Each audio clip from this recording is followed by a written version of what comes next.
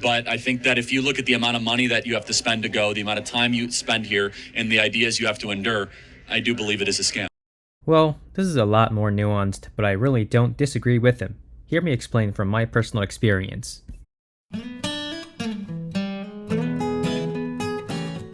Welcome to the channel, y'all. It's the Conservative Geography here. I hope you like my new video effect. So if you don't know, I'm an urban planner. No, more precisely, the current master's degree that I'm doing right now in my college in the US is supposed to train me to become one eventually. I'm not going to say which school for now, for my privacy. Before I start, if you don't know what urban planning is all about, let me break it down for you briefly. According to Wikipedia, and let me read it out loud for you, urban planning is the process of developing and designing land use in the built environment, including air, water, and the infrastructure passing into and out of urban areas, such as transportation, communications, and distribution networks, and their accessibility. Well, you see, that's a very lengthy yet somewhat vague description. Like, how do you specifically plan a city? Like designing one from scratch, or do you only improve a city from its current state? Good question.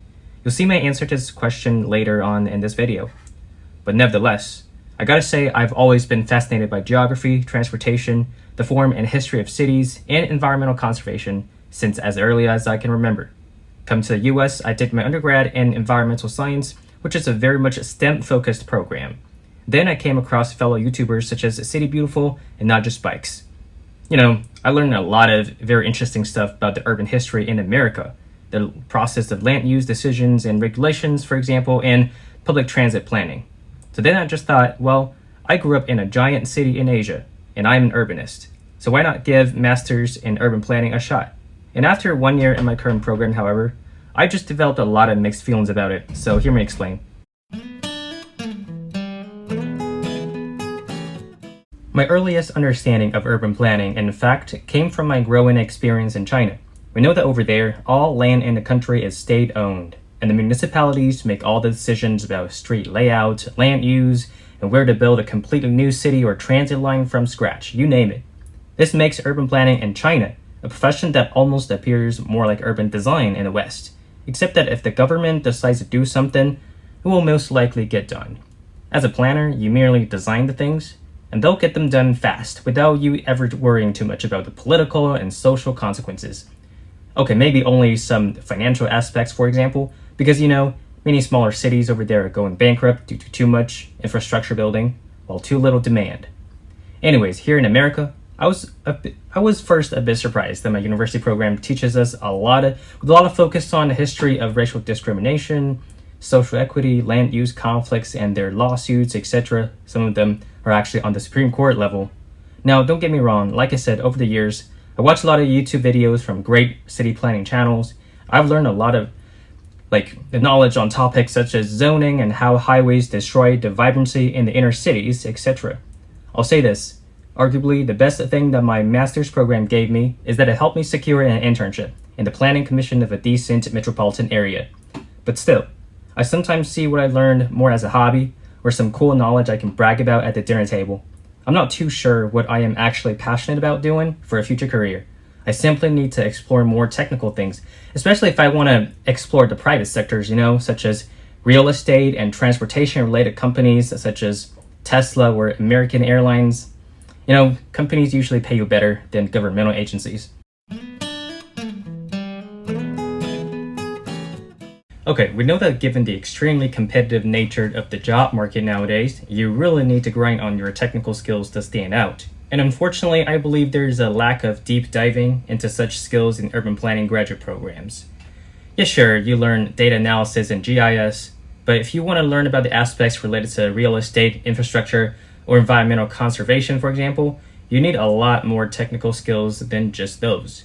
To name a few examples, you might consider learning about land surveying, architectural design, physics, mechanical engineering, and definitely coding, etc. You have to be very mindful about what kinds of electives to take.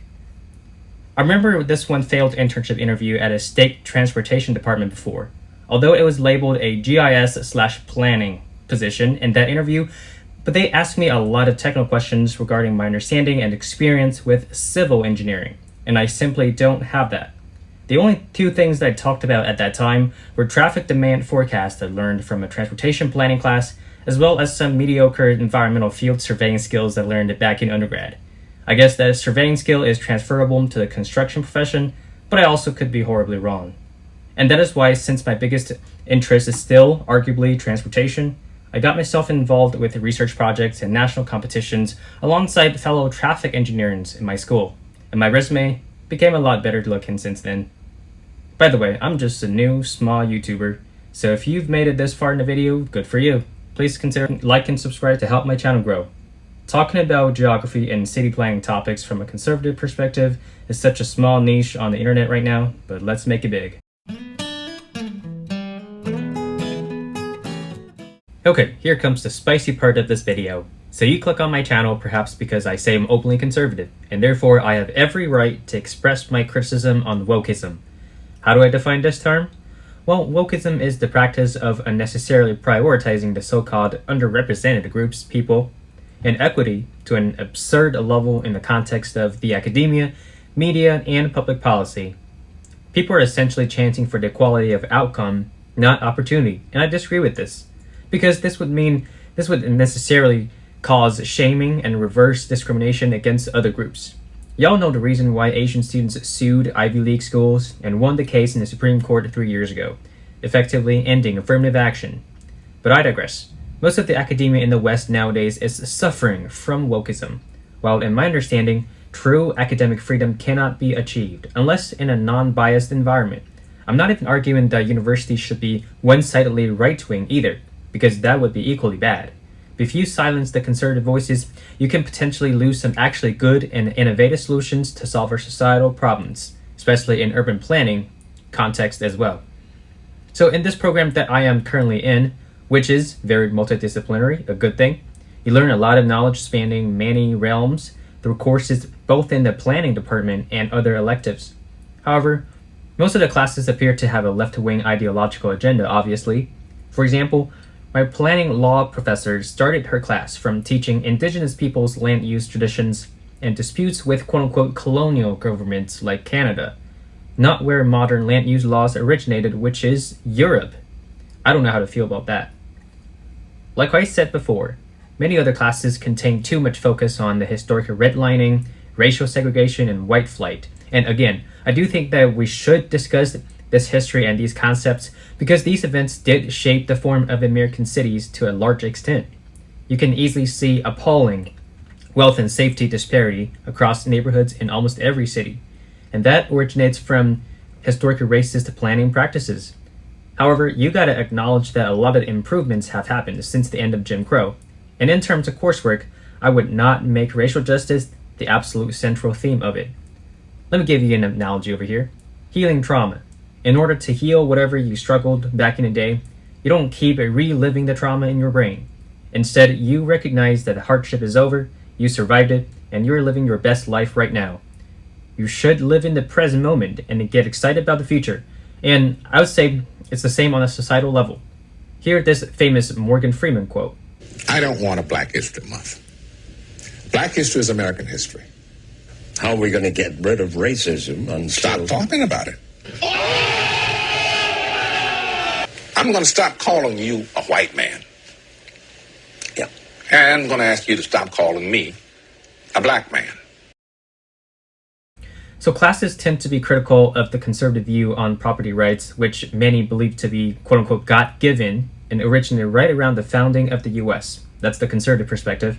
Sure, in land use decisions, we should consider social functions and sustainability. You don't just want people to make noise and pollute on their land like however they want, but there needs to be a balance.